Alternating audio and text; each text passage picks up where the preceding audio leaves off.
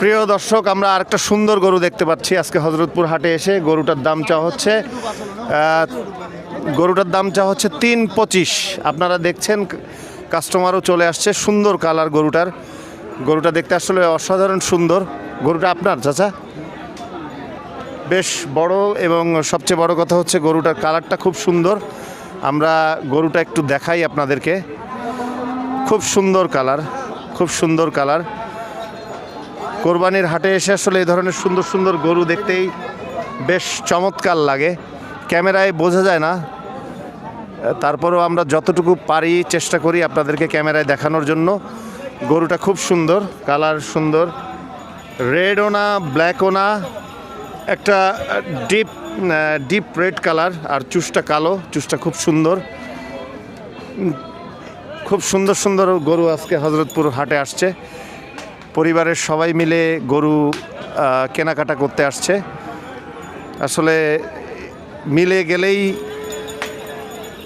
দাম দরে মিলে গেলেই গরু ক্রয় বিক্রয় হয়ে যায়। কোরবানির এই গরুর হাটে আমরা আজকে আরেকটা সুন্দর গরু দেখতে পেলাম।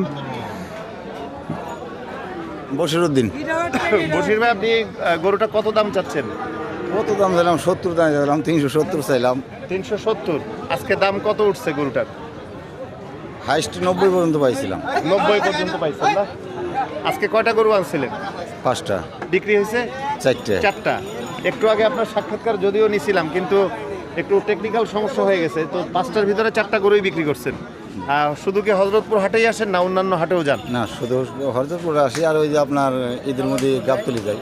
ঈদের ভিতরে গাবতলী যান, ঈদ উপলক্ষে গাবতলী যান, আর সারা বছর হযরতপুর হাটেই আসেন।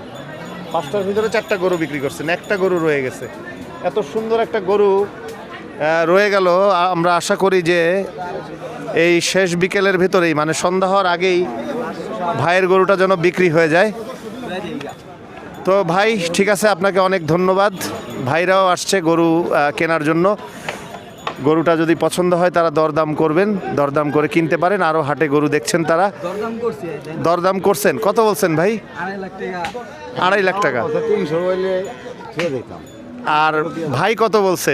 শেষ 300 বলে দিছে। আর গ্যাপ অনেক।